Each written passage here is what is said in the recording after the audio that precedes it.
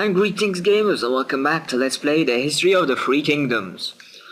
Last time we left off, we had just won a time victory as the Sun clan, led by Zhu Yu, in the free-for-all sort of play now mode, as it were.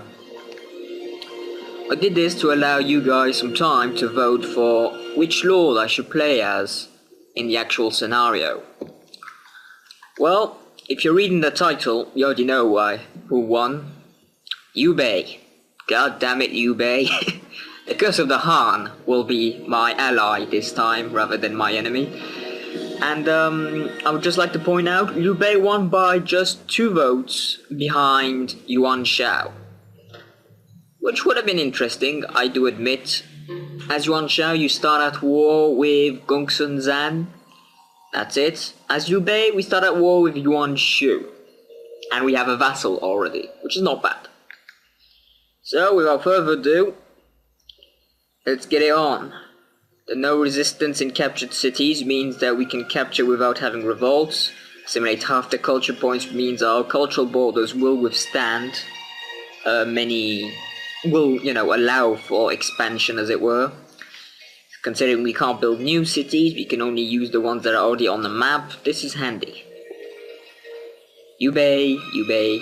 As you can see, as Liu Bei, the game says it's the easiest thing. We're gonna buff this up to noble. Because God helping, noble's good. And we'll play epic, because why not?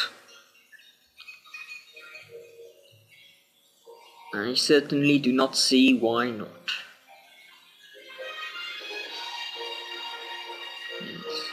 Promoting units as soon as possible may be unwise, says the game.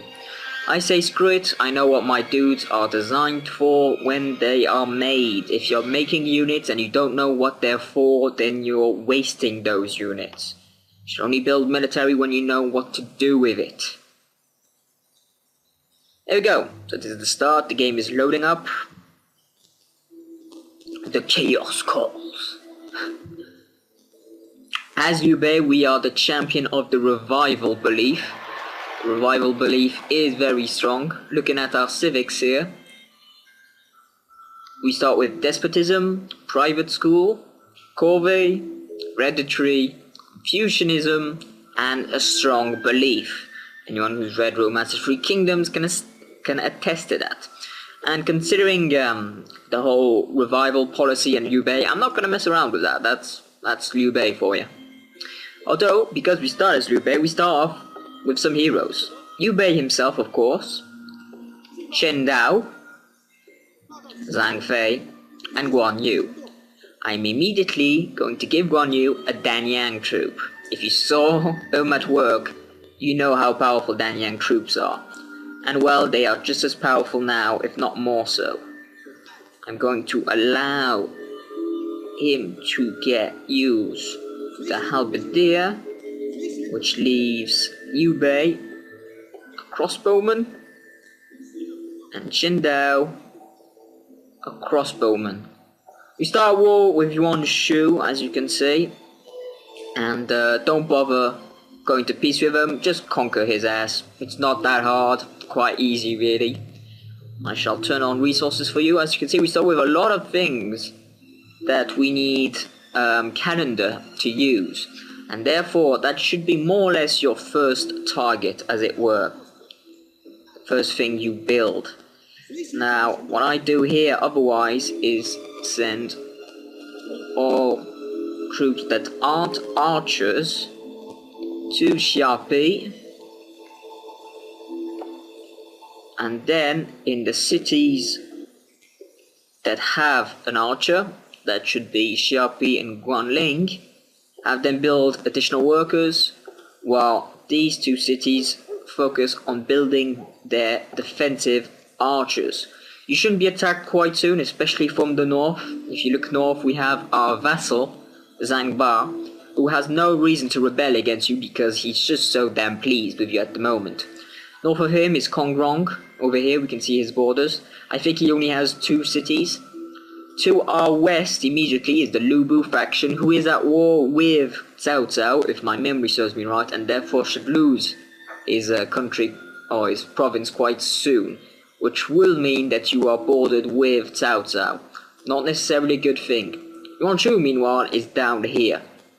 Now, while we might need a boat to cross it, if Liu Bei would be kind enough to offer open borders, we can now get to our enemy. Naturally though, I suggest you go through the list and get open borders with everyone. Bearing in mind though that the one Danyang troop that you have at the moment is the only one you're going to have for a while, unless you build Mo Ling like I did last scenario, as it were.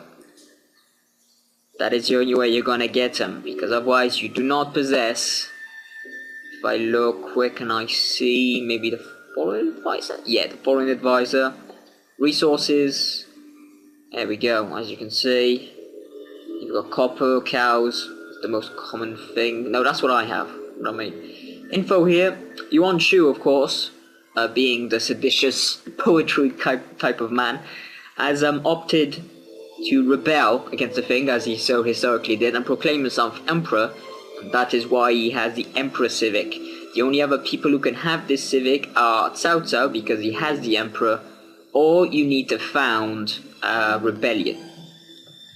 As the masters of, or the champions rather, of the rebirth civic, we hate his guts, and are therefore sending everything we have to quell him. Now, in terms of researching, because we have so many things that we need, on all our resources, more or less, the cotton, the dye up there, I think, the sugar, stuff like that, you really want to get calendar first.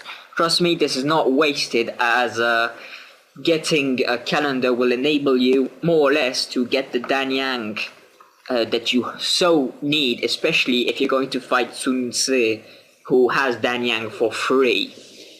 So you really want to take care in that. For the moment though, you need to make use of the one Danyang troop that you have. Meanwhile though, we have our first target here, Suchun, Yuan Shu's capital. He has one conscript halberdier and a private guard. Private guard being Yuan Shu's unique unit, and therefore should not be taken lightly. On the other hand though, we have Danyang troops.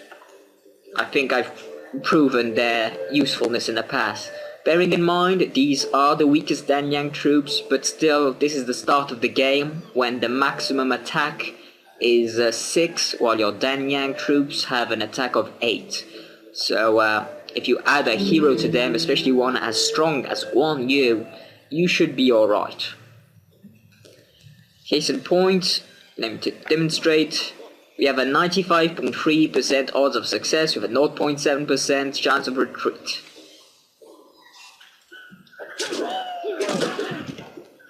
And Gong Sun Zan has been defeated in combat. Gong Sun Zan was captured and executed. Zhao Yan has succeeded at Gong Sun Zan. Zhao Yan is now leading Gong Sun Zan's unit. That is quite humorous. Now if we send in a crossbowman, what will that do? 22.7%. Yeesh. No, send in Zhang Fei with a 70% odds. It will require you to heal up a bit, but with all the additional troops I'm sending there, we can just move into his territory. 22.1. No, you guys defend. Allow them to recuperate. Not going to have my guys suffer morale penalties. And there he is, Liu Bei up there, doing his thing. Danyang troops have leveled up. This is a 9 transformation thing. It's a special thing with Guan Yu, allowing him to... There we go. It's a special feature that some of the best heroes have. Cao Cao has it, Guan Yu has it. I believe Sun Quan has it. I could be mistaken there. No, he doesn't have it. We would have seen it last scenario. Never mind. What it basically does, I believe, I could be wrong, but I believe it adds a special thing to your character. And Guan Yu got another unit under his command, which is groovy. That's why we're going to send them in. And they're going to die. But they're going to weaken those guys. And that's what we wanted.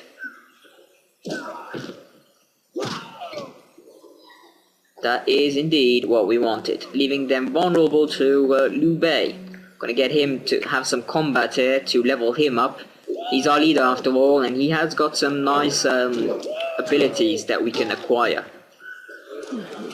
Taking that here, we have met Cao Cao, who is cautious with us and will not, he's one of the rare AI that will not offer open borders with you. Unless you actually give him something, you know, that he would want. Liu Cong is pleased with us. He is also revival. He is part of the Liu family. There's no reason why he shouldn't be happy with us. Taking Sun Quan now, and this has allowed us. Looks like he didn't have any buildings in this place yet, sort of unfortuitously. We're gonna start off by building a workboat to work those crabs down there. Meanwhile, you should have everyone else come in here. Have them heal up. Our workers are finished there. Go build a mine on that iron. Because we have the strong, excuse me, because we have the strong civic, revival spreads to all the cities that we conquer. And therefore, we will benefit from its bonuses in all our cities. Now we have a worker there. You want to build a workboat to work the fish. Always, in terms, if you have a choice of food or resources, always work the food first. That will allow your city to grow, to work more tiles. This is just normal. Have them heal up. Cao Cao will sign open borders. I would suggest you do this, if only to have like trade with him. Apparently he won't. No, never mind. I thought it was weird, I'll be honest with you. He doesn't usually sign open borders. Now we are losing gold these starting turns, but this is the necessary evil, as it were. Right, we've got our second one out. What I suggest is start building cottages. Have that person get there. We are in June, early June now, or July. Of course it's early July, what was I thinking? Now that we built the archers, start building workboats in all your cities that can naturally work a tile. Now we are going to leave a crossbowman behind to defend that, and head over here to take this city that's over here. As you can see, there's a fat cross there, and that's how I know there's a city there. There might be one down here as well, from the looks of things.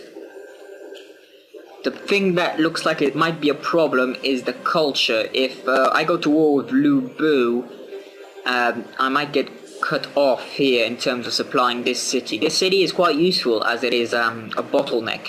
Unless they use Danyang troops or of course use boats, they cannot go from this coast to this coast. It's one of the few cities that allow passage from the north to the south. Sort of very important, as you can imagine. Now in terms of my capital, Xiaopi here, I believe what I might do is build cottages on this side and farms on this side. Not that I might need that many farms, to be honest with you, but the farms do allow certain privileges, giving the right civics. Now, I could start building the terracotta army, but I will not get it in time. 15 turns will be too late. And I could build soldiers to help the war. I will instead build a school here. Now that they built a workboat, I advise you here to build a floor galley to be able to explore a bit for you. Sun Quan, because it's so important and we need to keep it, I would suggest you build walls there. This is of course if you're playing alone at home. Liu Bei was defeated in combat.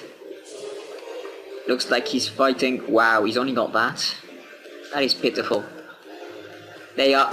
Cao Cao took his capital. And someone is about to crash the car outside. Let's have you two work together, shall we? Have you go here, like so.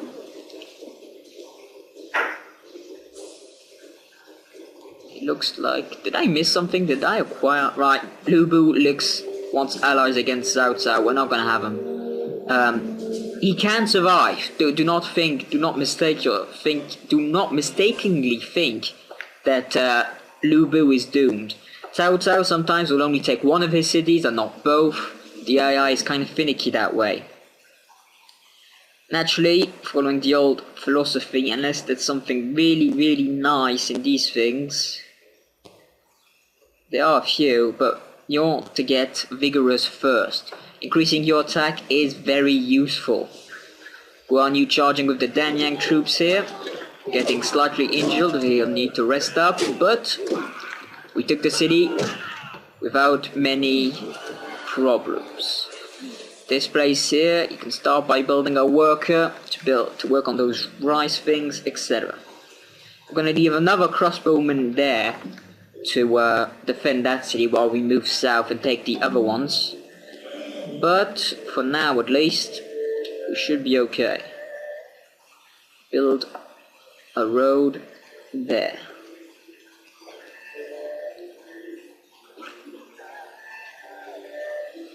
Let's have a look. That was Lu Bu, or no, that was probably one of his officers rather. There's Cao Cao's army here, you see. He's got a decent army. If you start as an enemy of Cao Cao, you're in trouble in this scenario. He's just got most of his Qing army, I believe, at this time. Looks like someone else leveled up. Vigorous 2 it is. What we're actually going to do, we do need Guan Yu to help out with taking these cities, my best unit, and therefore we can't exactly just ignore him and leave him behind for the others to work as well. The others are there as backup to him, in all honesty. Right, you got that now. Go get the salt. Meng Huo, Tashi Si, both defeated in combat. We'll call this the board, I'm thinking. Can build farms there. I'll be free.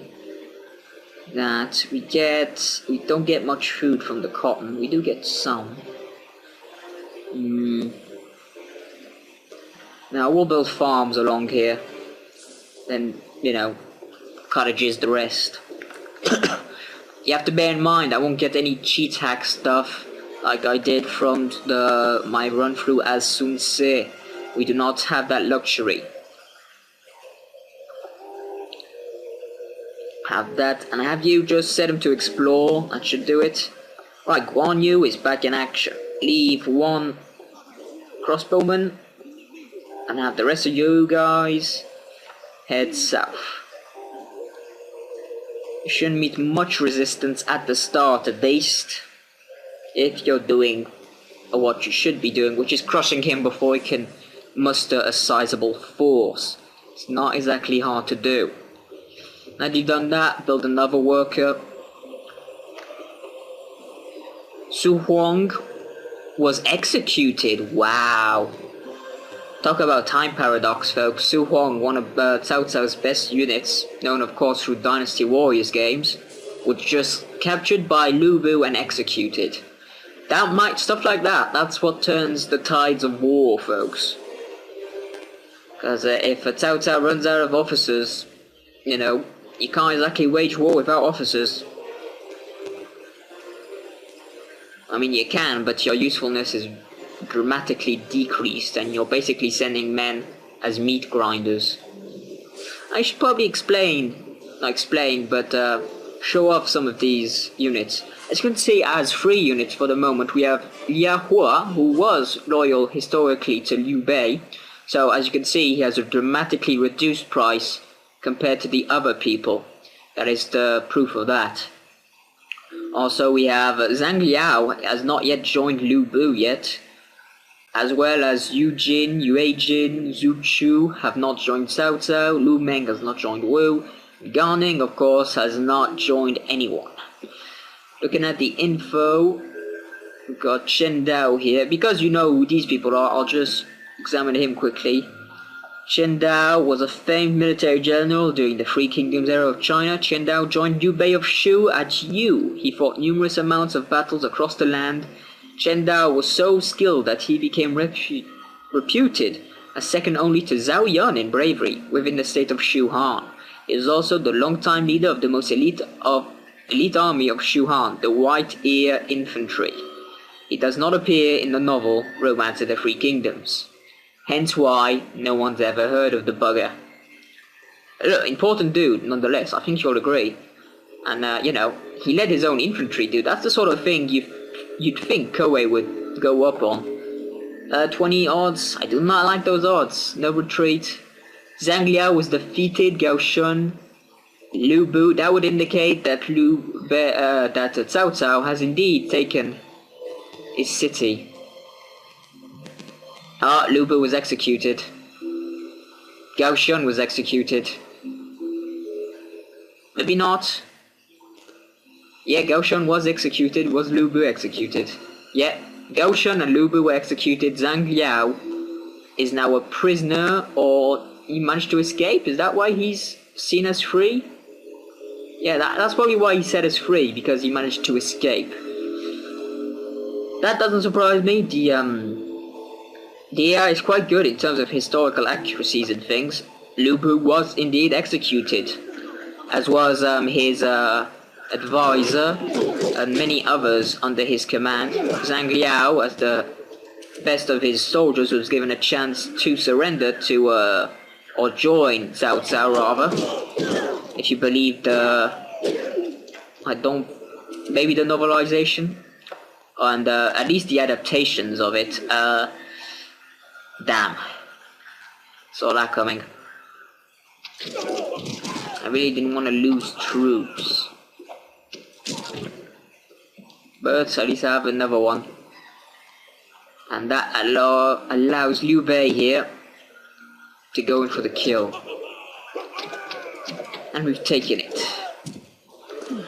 Naturally here you should start building walls. Crossbowmen, send them in here, like so. We are going to need to build more units now though, purely because we need our guys to be good.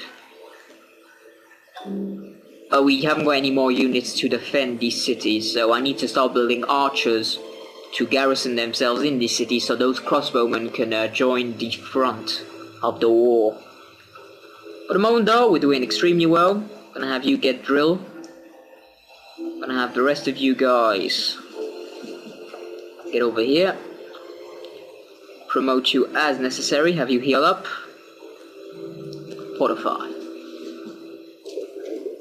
And I think I will call this a video.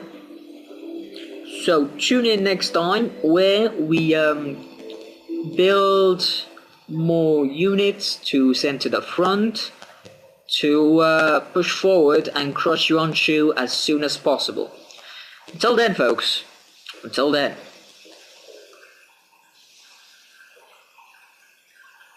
Will be my ally this time rather than my enemy. And I would just like to point out, Liu Bei won by just 2 votes behind Yuan Shu, which would have been interesting, I do admit. As Yuan Shu, you start at war with Gongsun Zan. That's it. As Liu Bei, we start at war with Yuan Shu. And we have a vassal already, which is not bad. So, without further ado, let's get it on. The no resistance in captured cities means that we can capture without having revolts. Assimilate half the culture points means our cultural borders will withstand allow for expansion, as it were. Considering we can't build new cities, we can only use the ones that are already on the map. This is handy. Liu Bei. As you can see, as Liu Bei, the game says it's the easiest thing. We're gonna buff this up to noble, because God helping, the Noble's good. And we'll play Epic, because, why not? I certainly do not see the revival belief. The revival belief is very strong. Looking at our civics here, we start with despotism, private school, corvée, hereditary, Confucianism, and a strong belief. Anyone who's read Romance of Three Kingdoms can attest to that. And considering the whole revival policy and Liu Bei, I'm not going to mess around with that. That's Liu Bei for you. Although, because we start as Liu Bei, we start off with some heroes. Liu Bei himself, of course. Chen Dao. Why not? Yes. Promoting units as soon as possible may be unwise, says the game. I say screw it, I know what my dudes are designed for when they are made. If you're making units and you don't know what they're for, then you're wasting those units. You should only build military when you know what to do with it. There we go. So this is the start. The game is loading up. The chaos calls. As Liu Bei, we are the champion of... And greetings gamers, and welcome back to Let's Play the History of the Three Kingdoms. Last time we left off, we had just won a time victory as the Sun clan, led by Zhu Yu, in the free-for-all sort of play now mode, as it were. I did this to allow you guys some time to vote for which lord I should play as in the actual scenario. Well, if you're reading the title, you already know who won. Liu Bei. God damn it, Liu Bei. The curse of the Han.